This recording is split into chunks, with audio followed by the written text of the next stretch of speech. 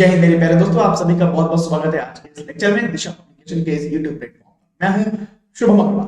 दोस्तों भी हाल ही में 19वीं इंडिया आसियान समिट हुई थी, जिसको भारतीय उपराष्ट्रपति जगदीप धनखड़ और भारतीय विदेश मंत्री एस जयशंकर साहब ने अटेंड किया था, उन्होंने पार्टिसिपेट किया था। तो आइए आज के इस वीडियो में जानते हैं कि इस मीटिंग के क्या है खास मायने, क्यों है आसियान भारत के लिए बहुत इंपॉर्टेंट और आसियान देश क्या होते हैं। तो चलिए दोस्तों शुरुआत करते हैं आज के इस वीडियो की, बने रहिए हमारे साथ। दोस्तों अगर बात करें तो अभी हाल ही में मैंने बताया आपको कि भारतीय उपराष्ट्रपति जगदीप धनखड़ जी ने 19वीं आसियान इंडिया समिट को अटेंड किया था, उसमें पार्टिसिपेट किया था, जो कि कंबोडिया में हुई थी। समय फिनोम पेन नामक जगह है, वहां पर समिट ये हुई थी। तो सबसे पहले जान लेते हैं कि इस समिट में क्या हाईलाइट रही थी, किन मुद्दों पर विशेषकर बात हुई है, आइए जान लेते हैं। अगर बात करें इन मुद्दों की, सबसे पहले दोस्तों मुद्दा है यहाँ पर एक्ट ईस्ट पॉलिसी। आप सभी को ध्यान होगा कि जब नरेंद्र मोदी सरकार आई थी 2014 में, तब दोस्तों यहां से शुरुआत हुई थी एक्ट ईस्ट पॉलिसी का। सरकार का मुख्य यहाँ पर एजेंडा था कि अपने जो पूर्ववर्ती देश हैं, जो पूर्वी एशिया के देश हैं, उनसे संबंध बेहतर बनाया जाए और उनसे व्यापार को आगे बढ़ाया जाए। उसी बात को यहाँ पर आगे लेकर आया है भारत ने कहा है इस मीटिंग के चलते कि यहाँ पर हमारे और जो आसियान देश हैं उनके बीच में, चाहे वो सांस्कृतिक संबंध हो, आर्थिक संबंध हो या सभ्यता के संबंध हो, ये काफी पुराने हैं और इन सभी को हम लोग और प्रगाढ़ करेंगे और आगे लेकर जाएंगे। इसके अतिरिक्त जो इंडिया और साउथ ईस्ट एशिया के देश हैं, ये सभी देश काफी पुराने जमाने से साथ में रहे हैं, पुरानी सभ्यताओं के भी संबंध रहे हैं। तो उसी तरह के हम लोग यहाँ पे संबंध बनाएंगे और इसको जाएंगे, और इसीलिए इंडिया ने एक्ट ईस्ट पॉलिसी को भी दोस्तों यहाँ पे अपनाया है, ताकि इन देशों के साथ और भी अच्छे संबंध यहाँ पे बनाए जा सके। साथ ही साथ इंडिया ने दोस्तों यहाँ पर कहा है कि जो आसियान देश हैं उनको सेंट्रली यहाँ पर इंडो पैसिफिक में सपोर्ट भी किया जाएगा और इंडिया को भी उनका सपोर्ट दोस्तों चाहिए। इस प्रकार की बातें यहाँ पर कही गई है। दूसरा, कॉम्प्रिहेंसिव स्ट्रेटेजिक पार्टनरशिप पर दोस्तों बात हुई है, बहुत जरूरी है। जिस तरीके से जियोपॉलिटिक्स में चल रहा है दोस्तों, जिस तरीके से पूरे विश्व में धुरी बदल रही है, चाहे वो इकोनॉमिक धुरी हो, चाहे वो किसी भी चीज की अगर सेंट्रलाइज की बात करें, तो अब चीजें बदल रही हैं। ऐसे में बहुत जरूरी हो जाता है कि इंडो पैसिफिक रीजन में आसियान देशों के साथ भारत के संबंध प्रगाढ़ हो जाए। तो उसी को मद्देनजर यहाँ पे रखते हुए भारत ने यहाँ पे एक ज्वाइंट स्टेटमेंट दिया है और कहा है कि जितना भी भारत और एशिया के बीच में संबंध है, उनको एक स्ट्रेटेजिक पार्टनरशिप के तहत डेवलप किया जाएगा और कॉम्प्रिहेंसिव स्ट्रेटेजिक पार्टनरशिप पे दोस्तों बदला जाएगा। ये कमिटमेंट दोस्तों इसलिए हुआ है ताकि भारत और आसियान दोनों का ही कोऑपरेशन आपस में बढ़े और हर एक एरिया में दोनों को ही फायदा हो, भारत को भी फायदा हो और आसियान के देशों को भी फायदा हो, चाहे वो काउंटर टेररिज्म हो, चाहे वो साइबर सिक्योरिटी हो, डिजिटल इकोनॉमी हो, एनवायरमेंट हो, साइंस एंड टेक्नोलॉजी हो, टूरिज्म हो और भी तमाम सारे इलाके हो, वहां पर भारत और आसियान के देशों को दोनों को ही एक दूसरे से फायदा हो। इसलिए ये स्ट्रेटेजिक कॉम्प्रिहेंसिव पार्टनरशिप का दोस्तों शुरू यहाँ पर दिया गया है। इसके साथ साथ भारत और आसियान आपस में ट्रेड्स और गुड्स एग्रीमेंट को दोस्तों बढ़ाई गए, उसके लिए इटिगा नामक एक संबंध भी यहाँ पर कर लिया गया है। इसका मकसद यही है कि ज्यादा यूजर फ्रेंडली, ज्यादा सिंपल और ज्यादा ट्रेड फैसिलिटी जो है वो दोनों देशों की कंपनीज और दोनों देशों के लोगों के बीच में बन जाए। इसके साथ साथ पूरे रीजन, पूरे क्षेत्र की जो सुरक्षा है, जो शांति है, उसके लिए भी सभी देश मिलकर काम करेंगे। और जो मुख्यतः इंडो पैसिफिक का रीजन है, जहां पर थोड़ी सी सिक्योरिटी और सेफ्टी को लेकर अभी इशू बने रहते हैं, कई बार विवादों का भी जन्म दोस्तों हो जाता है। तो ऐसे मौकों पर आसियान देशों का इंडिया का सपोर्ट और इंडिया का आसियान देशों को सपोर्ट होना बहुत जरूरी है और उसी के दोस्तों यहाँ पर बात यहाँ पर करी गई है और मेंटेन करने की बात की गई है कि भाई इस इलाके में आसियान देश और इंडिया आपस में पीस और सिक्योरिटी को मेंटेन करेंगे। इसके अतिरिक्त दोस्तों बहुत सारे भी डायलॉग यहाँ पर मेंटेन किए गए हैं जो इंडिया और आसियान देशों के बीच में संबंध को और अच्छा बनाते हैं और उसकी इंपॉर्टेंस देखने को मिलती है। देखिए, किसी भी देश के साथ, किसी भी संगठन के साथ हमारे संबंध कितने अच्छे हैं, ये दिखाने के लिए हम बहुत सारे संगठनों का नाम लेते हैं। हमारे उनके बीच में जितने ज्यादा सौदे होंगे, जितने ज्यादा समझौते होंगे, इसका मतलब हमारा उनके साथ संबंध उतना ही जाएगा। अब अगर आसियान की आप यहां बात करेंगे तो यहां पर देखिए कई सारे नाम हैं। ASEAN India summit, east Asia summit, post ministerial conference with India, ASEAN regional forum, ASEAN defence minister meeting plus और आसियान मैरीटाइम फोरम। ये ऐसे कई सारे संगठन हैं, कई सारे दोस्तों यहां पर समझौते हैं जो भारत और आसियान देशों के बीच में किए गए हैं और इनके द्वारा ही, इनके प्लेटफॉर्म पर ही आसियान और भारत आपस में एक दूसरे से जुड़े रहते हैं और एक दूसरे का सहयोग यहां पर अच्छे तौर पर करते रहते हैं। हम हमने कोविड का काल देखा जहां पर भारत एक सहयोगकर्ता बन के उभरा, और हमने तमाम सारे ऐसे मुद्दे देखे हैं जहां पर आसियान देश भारत के समर्थन में दोस्तों रहते हैं। तो ये दोस्तों दिखाता है कि भारत की क्या इंपॉर्टेंस है और आसियान देशों की क्या इंपॉर्टेंस है भारत के लिए। अब अगर बात करें आसियान समूह है क्या, तो एक बार जरा जान लेते हैं कि आसियान समूह क्या है। मैं आपको बता दूं कि एक प्रकार का ये रीजनल ग्रुप है, यानी क्षेत्रीय संगठन है जो प्रमोट करता है इकोनॉमी को, पॉलिटी को और सिक्योरिटी कोऑपरेशन को। यानी 10 देशों के बीच में, जो साउथ ईस्ट एशिया के 10 देश हैं, उन सभी के बीच में जो इकोनॉमिक कोऑपरेशन है उनकी वृद्धि करता है, पॉलिटिकल जो संबंध है, पॉलिटिकल जो कोऑपरेशन है उनको बनाता है, और साथ ही साथ जो सिक्योरिटी के लिए कंसर्न होते हैं उनके लिए भी साथ काम करके बनता है दोस्तों। 1967 यानी 1967 में बैंकॉक में इसको बनाया गया था। और अगर हम लोग बात करें फाउंडिंग मेंबर्स की, तो मलेशिया, इंडोनेशिया, फिलीपींस, सिंगापुर और थाईलैंड, इन्होंने दोस्तों इसको बनाया था। फाउंडिंग फादर से कहे जाते हैं आसियान के। थाईलैंड में इसकी मीटिंग हुई थी, बैंकॉक में इसकी मीटिंग हुई थी, और तब आसियान डिक्लेरेशन या फिर बैंकॉक डिक्लेरेशन के नाम से इस पूरे आसियान का दोस्तों पूरा शिकूपा जो है वो यहाँ पर तैयार किया गया था, पूरा मंच इसका तैयार किया गया था। बाद में से कई देश और जुड़ गए और कुल मिला के 10 देशों का अब ये ग्रुप बन गया है। क्या करता है, ये रोटेट करता है एनुअली। जो उसकी चेयरमैनशिप है वो एनुअली हर साल चेंज होती है, और जो उसके 10 मेंबर हैं उनमें से किसी एक को दोस्तों हर साल जो है मेंबरशिप वो मिल जाती है। अल्फाबेटिकल ऑर्डर में दोस्तों ये मेंबरशिप चेंज की जाती है, चेयरमैनशिप चेंज की जाती है। कुल मिलाकर अगर विश्व की दृष्टि से देखें तो आसियान का जो पॉपुलेशन है वो 650 मिलियन पीपल का है, यानी 650 मिलियन लोग आसियान के इन 10 देशों में रहते हैं। और अगर जीडीपी देखेंगे तो 2.8 ट्रिलियन डॉलर का दोस्तों यहाँ पर जीडीपी है, जो एक बड़ी जीडीपी को यहाँ पर शो करता है। 2.8 ट्रिलियन जीडीपी दोस्तों एक बड़ा मायना यहाँ पर रखता है। अगर आसियान के मेंबर्स की बात करें तो यहाँ पर ये दोस्तों आप एक मैप देख रहे होंगे। इस मैप के थ्रू आप यहाँ पे समझ सकते हैं कि किस तरीके से यहाँ पर ये आसियान के 10 देश हैं जो आपको यहाँ पर दिख रहे होंगे इजीली। म्यांमार है, थाईलैंड है, लाओस है, वियतनाम है, थाईलैंड है, कंबोडिया है, मलेशिया है, ब्रुनेई है, सिंगापुर है और इंडोनेशिया है। इस प्रकार के 10 देश दोस्तों यहाँ पर हैं जो आपको यहाँ पर दिख रहे होंगे। यही आसियान देशों का ग्रुप यहाँ पर फॉर्म करते हैं, ठीक है ना। तो ये थोड़ी सी आपको मैंने बात यहाँ बताई है जो आपको यहाँ पर समझ में दोस्तों आ रही होगी। क्लियर। आगे बढ़ते हैं। अगली बात अगर यहाँ पे करें दोस्तों तो इंडिया के लिए क्या यहाँ पर फायदा है या इंडिया के साथ क्या संबंध है उनकी जरा बात करते हैं। तो इंडिया के साथ हमेशा से ही आसियान के बहुत बढ़िया संबंध रहे हैं, बहुत अच्छे रहे हैं और प्रभावशाली संबंध दोस्तों यहाँ पर इंडिया और आसियान देशों के बीच में देखने को मिल रहे हैं।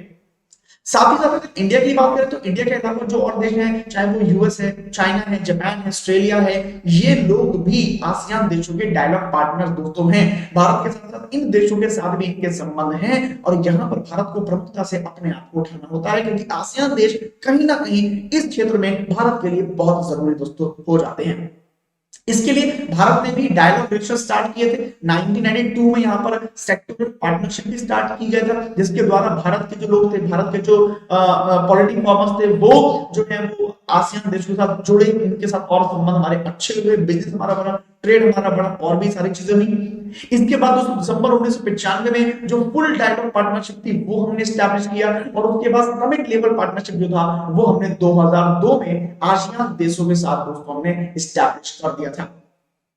इसके अतिरिक्त अगर बात करें तो भारत और जो है वो ट्रेडिशनली एक दूसरे के साथ बहुत जुड़े हुए हैं। ट्रेड और पीपल टू पीपल टाइज जो है वो दोस्तों भारत और आसियान देशों के बीच में बहुत ज्यादा है। उसकी वजह है हमारी हिस्टोरिकल और कल्चरल रूट। कहीं ना कहीं अगर देखें तो इंडोनेशिया, कंबोडिया, वियतनाम, जावा, सुमात्रा ये सभी दक्षिण भारतीय जो हमारे साम्राज्य थे उनसे कहीं ना कहीं जुड़े हुए थे। आज भी वहां की जो संस्कृति है, वहां का जो कल्चर है, वहां की जो हिस्ट्री है वो इंडिया से मैच दोस्तों करती है। ये आपको जानकर हैरानी होगी कि इंडियन जो सभ्यताएं थी, इंडियन जो लोग थे वो कहीं ना कहीं पुराने जमाने में इन देशों के निवासी भी रहे थे। आज कंडीशन कुछ और है बट पुराने जमाने में वो दोनों एक जैसे थे। इस वजह से भारत आसियान के देशों के साथ अच्छी तरीके से जुड़ा हुआ है और ज्यादा डीपली उनके साथ हमारे कनेक्शन दोस्तों बने हुए हैं। साथ ही साथ अगर हम इस समय क्या मौका देखें तो इस समय दोस्तों चाइना का जो एक तरह से कन्वर्जेंस चल रहा है, चाइना का जो समय से प्रभाव चल रहा है उसको देखते हुए भी इस क्षेत्र में आसियान देशों का संबंध हमसे बेहतर होना बहुत जरूरी है। तभी हम चाइना को काउंटर यहां पर कर सकते हैं। इसके अलावा अगर इंडिया और आसियान की हम बात करें दोस्तों, तो दोनों ही ग्रुप जो है, इंडिया अपना देश और आसियान देश जो है, वो दोनों ही सब मिलकर क्या करना चाहते हैं, एक पीसफुल क्षेत्र बनाना चाहते हैं। आर्किटेक्चर हो, चाहे वो रूल्स बेस्ड सिक्योरिटी हो, चाहे वो अपना कुछ भी चीज हो, ये सब चीजों में दोनों साथ मिलकर काम करना चाहते हैं। दोनों की सोच जो है बहुत आपस में मिलती है, भारत और आसियान देशों में। अगर समस्याओं की बात करें तो लगभग लगभग समस्याएं भी सेम है। जब चाइना का एग्रेशन भारत के लिए भी दिक्कत है और आसियान देशों के लिए भी दिक्कत है, भारत के लिए भी बढ़ाना है और आसियान देशों को भी बढ़ाना है। सिक्योरिटी मेजर्स भारत को भी अच्छे करने हैं और आसियान देशों को भी अच्छे करने हैं, तो लगभग लगभग सेम पैटर्न पर देश चलते हैं, इसीलिए भारत का संबंध इन देशों से काफी अच्छा हो जाता है। यहीं पर अगर बात करें एरिया ऑफ कोऑपरेशन के, किन एरियाज में कोऑपरेशन भारत के साथ यहाँ पे करते हैं, तो इकोनॉमिक कोऑपरेशन की बात करें तो आसियान जो है भारत का चौथा सबसे बड़ा ट्रेडिंग पार्टनर है। जी हाँ, भारत का चौथा सबसे बड़ा ट्रेडिंग पार्टनर है। भारत ने एफटीए यानी फ्री ट्रेड एग्रीमेंट भी गुड्स में साइन कर लिया था आसियान देशों से 2009 में, और सर्विसेज और इन्वेस्टमेंट में साइन कर लिया था 2014 में, जिसके बाद से दोनों ही ग्रुप्स में इंडिया और आसियान दोनों के बीच में ट्रेड को लेकर बहुत ही तेजी से वृद्धि देखी गई। अगर 2019-20 की बात करें तो लगभग लगभग डबल बिजनेस यहाँ पे हो गया था, डबल ट्रेड यहाँ पर पहुंच गया था। $87 बिलियन यानी $87 बिलियन का यहाँ पे ट्रेड देखने को मिला था। हालांकि कोविड काल में ये थोड़ा सा डिक्लाइन भी हुआ है, थोड़ा कम भी हुआ है, और 79 बिलियन डॉलर तक पहुंच गया था ये 2021 में। बट अभी की बात करें तो दोबारा से ये बढ़ना शुरू हो गया है। कोविड के बाद से बहुत तेजी से हम लोग इसमें इंप्रूवमेंट देख रहे हैं। अगर हम बात करें तो इंडिया ने कॉम्प्रिहेंसिव इकोनॉमिक कोऑपरेशन एग्रीमेंट भी किया हुआ है, जिसमें बहुत सारी कंट्रीज हैं आसियान रीजन की जो दोस्तों यहां पर जुड़ी हुई हैं और भारत से कंसेशनल ट्रेड के साथ दोस्तों जुड़ी हुई हैं, जिसके द्वारा भारत में जो ट्रेड है वो आसियान से बढ़ा है और कहीं ना कहीं कंसेशनल जो इन्वेस्टमेंट है वो भी आसियान देशों में दोस्तों बढ़ा है। इसके अलावा अगर बात करें 2022 की, तो अभी देखिए कमोडिटी का जो ट्रेड है वो 98.39 बिलियन डॉलर तक पहुंच चुका है अप्रैल 2021 से फरवरी 2022 तक। जो हमारा कमोडिटी ट्रेड है इंडिया और आसियान देशों के बीच में, वो 98 बिलियन डॉलर तक दोस्तों पहुंच चुका है। ये काफी फायदेमंद बात है जो भारत और आसियान को दोस्तों और मजबूती से साथ में लाती है। ट्रेडिंग टाइज की बात करें तो भारत के ट्रेडिंग टाइज जो है वो आसियान में इंडोनेशिया, सिंगापुर, मलेशिया और वियतनाम और थाईलैंड जैसे देशों के साथ बहुत मजबूती से बने हुए हैं, जो भारत और आसियान के संबंधों को और भी मजबूती की ओर ले जाते हैं। पॉलिटिकल कोऑपरेशन के लिए आसियान इंडिया सेंटर को बनाया गया था, एस्टैब्लिश किया गया था। उसका मकसद था policy research, advocacy, networking activities और ऑर्गेनाइजेशंस एंड थिंक टैंक्स जो थे इंडिया और आसियान के, ये लोग साथ में आए और ये लोग साथ में आके आगे की प्लानिंग करें, जिससे दोनों ही देशों में रहने वाली जो जनता है उसके भले के लिए काम किया जा सके और जो वैश्विक जियोपॉलिटिक्स है, जो वैश्विक रूप से प्रभाव है, वो इंडिया और आसियान का बढ़ाया जा सके। इसी प्रकार फाइनेंशियल असिस्टेंस की बात करें तो कई सारे यहाँ पे फंड बने हुए हैं। ASEAN India cooperation fund, ASEAN India SNT development fund and ASEAN India green fund के थ्रू दोस्तों यहाँ पर काफी सारा पैसा दोनों ही लोग दोस्तों आपस में यूज करते हैं और उसके लिए फाइनेंशियल असिस्टेंस की व्यवस्था दोस्तों की जाती है। इसके बाद बात करें दोस्तों यहाँ पर तो कनेक्टिविटी के लिए भी भारत और आसियान देशों ने मिलकर काम करना शुरू कर दिया है, चाहे वो India, Myanmar, Thailand trilateral highway बनाने की बात हो या फिर कलानान मल्टी मॉडल प्रोजेक्ट बनाने की बात हो, दोनों ही लोग बहुत तेजी से भारत और आसियान देशों को आपस में रोड कनेक्टिविटी के थ्रू जोड़ने का प्रयास कर रहे हैं। साथ ही साथ मैरीटाइम ट्रांसपोर्टेशन एग्रीमेंट भी हम लोग कर चुके हैं और उसको भी स्टैब्लिश करने की बात की जा रही है, जिससे भारत और आसियान देशों के बीच में तेजी से संबंध बढ़े और तेजी से ट्रेड को आगे यहाँ पर बढ़ाया जाए। ठीक है ना। इसके अतिरिक्त दोस्तों बात करें सोशियो कल्चर कोऑपरेशन, मैंने आपको पहले ही बताया कि भारत और एशियन यानी आसियान देशों में रहने वाले लोग कल्चरली और हिस्टोरिकली आपस में एक दूसरे जुड़े हुए हैं। ये साथ में आपस में एक दूसरे कल्चर को एक्सचेंज करते हैं, साथ में एक दूसरे जुड़े हुए हैं, कहानियां हम लोग के सेम है। तो इसीलिए दोस्तों यहाँ पर हम लोग बहुत कुछ कर सकते हैं और बहुत कुछ यहाँ पर किया जा सकता है। चाहे वो आसियान स्टूडेंट्स हो जिनको इंडिया में बुलाया जाता है स्पेशल ट्रेनिंग कोर्स के लिए, चाहे वो आसियान डिप्लोमेट्स हो, चाहे वो एक्सचेंज ऑफ पार्लियामेंटरी हो, ये सारे काम करके दोस्तों हम एक दूसरे को आपस में और ज्यादा तरीके से जोड़ सकते हैं। डिफेंस कोऑपरेशन की बात करें तो अभी दोस्तों आसियान इंडिया मैरीटाइम एक्सरसाइज होने वाली है पहली बार 2023 में। इसका अभ्यास दोस्तों किया गया था, ट्रेनिंग की गई थी 2019 में, मैटेक्स 2019। अब उसके बाद एक full time ASEAN India maritime exercise होने वाली है जो 2023 में दोस्तों होने वाली है। इसके अलावा वाटरशेड मिलिट्री एक्सरसाइज भी हमने 2016 में की थी, जिससे पता लगता है कि आसियान देश और भारत दोनों के ही सैन्य जो समझौते हैं वो आपस में बहुत ज्यादा है, सैन्य सहयोग दोनों देश आपस में मिलकर बढ़ा रहे हैं। ये कहीं ना कहीं दोस्तों जरूरी भी है, चाहे वो नेवल की बात हो, मिलिट्री एक्सरसाइज की बात हो, हम दोनों के लिए ये बहुत जरूरी है। जिस प्रकार से चाइना का एग्रेशन बढ़ रहा है, जिस प्रकार से इस जो इंडो पैसिफिक रीजन है उसको दोस्तों उसको एक्सप्लॉइट किया जा रहा है, इसलिए यहां पर बहुत जरूरी है कि हम दोनों ही लोग यहां पर सैनिटाइज जो है वो करें, डिफेंस कोऑपरेशन आगे बढ़ाएं। अगर इसके अपनी दोस्तों बात करें तो आसियान देशों का सिग्निफिकेंस क्या है, ये तो संबंधों की बात करी, अब सिग्निफिकेंस क्या है, तो सबसे बड़ा सिग्निफिकेंस तो आसियान देशों का है वो है इकोनॉमिक और सिक्योरिटी रीजन, जो आर्थिक रूप से चल रहा है इस समय उसको देखते हुए, और जो सिक्योरिटी सुरक्षात्मक रूप से गतिविधियां चल रही हैं उसको देखते हुए आसियान देशों का भारत के साथ होना बहुत जरूरी है। आसियान देशों के साथ जो क्लोज डिप्लोमेटिक रिलेशनशिप है वो मेंटेन करना बहुत जरूरी है। इसके अतिरिक्त आसियान जो है वो कनेक्टिविटी के मामले में इंडिया को बहुत इंप्रूव कर सकता है। जो इंडिया की पहुंच है, चाहे वो ट्रेड को लेकर हो, चाहे किसी भी लेवल को, इस इलाके में ट्रेड को लेकर पहुंच के रूप में दोस्तों आसियान देश बहुत फायदा करेंगे, क्योंकि यहां से जो सी रूट है उसमें कहीं ना कहीं सब आसियान देश ही आते हैं, और आसियान देशों से अगर हमारी कनेक्टिविटी बढ़िया होगी तो यहां से हम लोग अच्छा व्यापार दोस्तों कर सकते हैं। चाहे वो नॉर्थ ईस्ट इंडिया से कनेक्शन की बात हो, चाहे नॉर्दर्न स्टेट से कनेक्शन की बात हो, हमें कनेक्टिविटी पर दोस्तों ध्यान देना होगा। इसके अलावा हमारे ट्रेड प्राइस जो है दोस्तों आसियान देशों के साथ वो कहीं ना कहीं चाइना को भी काउंटर करने काम में आएंगे। मैंने आपको पहले बताया कि चाइना की जो एग्रेसिव पॉलिसीज हैं, एग्रेसिव जो उसकी एक्टिविटीज हैं इंडिया के अपोज में रहती हैं, उनको काउंटर करने के लिए बहुत जरूरी है कि आसियान देश भारत के समर्थन में रहें और हमारे संबंध उनसे बहुत ही मजबूत दोस्तों बन जाए।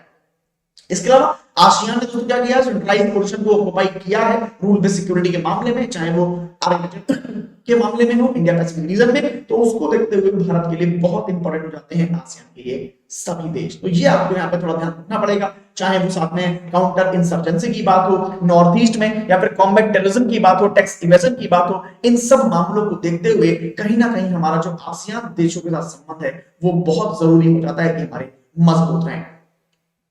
अब दोस्तों इतनी बात हमने सीखी, तो यहां से समझ में आया होगा कि इंडिया आसियान समिट में क्या क्या चीजें हमने देखी हैं। अब मुझे बताइए आप कमेंट बॉक्स में कि क्या इंडिया आसियान देशों को लेकर सही स्ट्रेटजी पर काम कर रहा है, या हमें और भी कुछ एक्स्ट्रा करने की जरूरत है आसियान देशों के लिए, मुझे कमेंट करके बताइए दोस्तों। बाकी आज के लेक्चर को यहीं तक रखता हूं, मैं मिलूंगा आपसे नेक्स्ट वीडियो में, तब तक के लिए आपसे विदा लेता हूं। आप सभी का बहुत बहुत धन्यवाद, आप सभी ने वीडियो देखा, मुझे उम्मीद है कि आपको समझ में आया होगा। तो अगर ये वीडियो आपको अच्छा लगा है तो इस वीडियो को लाइक कीजिए और इसको अपने दोस्तों के साथ जरूर कीजिए। मैं मिलूंगा आपको नेक्स्ट वीडियो में नेक्स्ट किसी टॉपिक के साथ, तब तक के लिए आपसे लेता हूं विदा। सभी लोग खुश रहिए, सुरक्षित रहिए, स्वस्थ रहिए, हमेशा ऊर्जाओं से भरे रहिए और हमेशा आलस से दूर रहिए। आप सभी को मेरा नमस्कार, आप सभी को मेरा जय Hind. It all starts with a belief.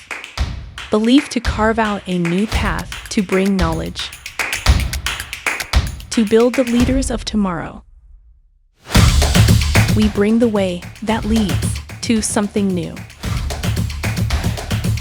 To something better than the rest. At the right moment. At the right turn.